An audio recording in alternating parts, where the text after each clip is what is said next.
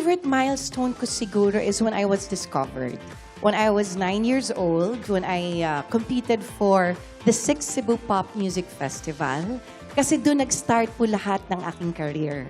So that was 1986. So sabi ko nga, from then on, doon talaga nag-umpisa na lahat. I did a lot of movies, albums, concerts abroad.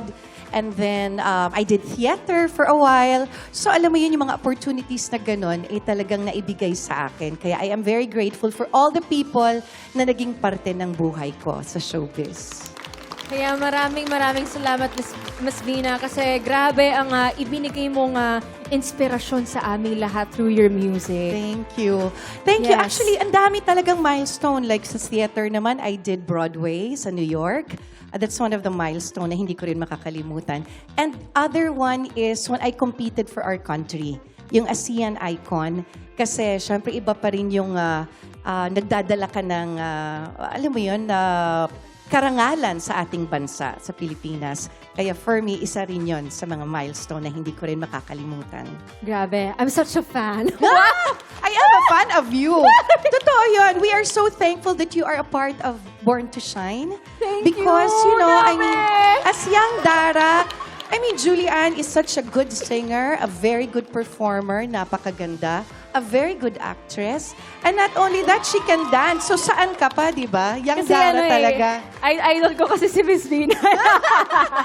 No, I Actually, am talaga really inspire happy. talaga ako sa inyo eh. Oh, thank you. Kaya Thank naman, you for Miss Vina, eto na nga po. Ngayong 3 contenders ang maglalabas ng alas nila to win your vote. Ano ba ang maibibigay mong advice para sa kanila?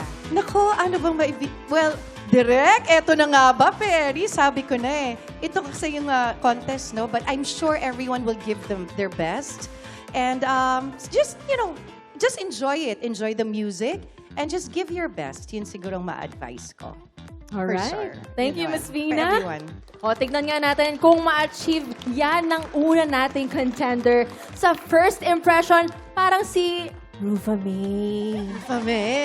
Yes, Yes, guys. kumari ko yun. Yes, Pero Ate totoong Peachy. Rufa May ba to? Ate Peachy, gusto ka dyan? Oo nga. Mare, kumusta ka dyan? Ito, Rufa Oo. May Pero syempre kapag kumanta, she is undeniably Rufa Me. Rufa May.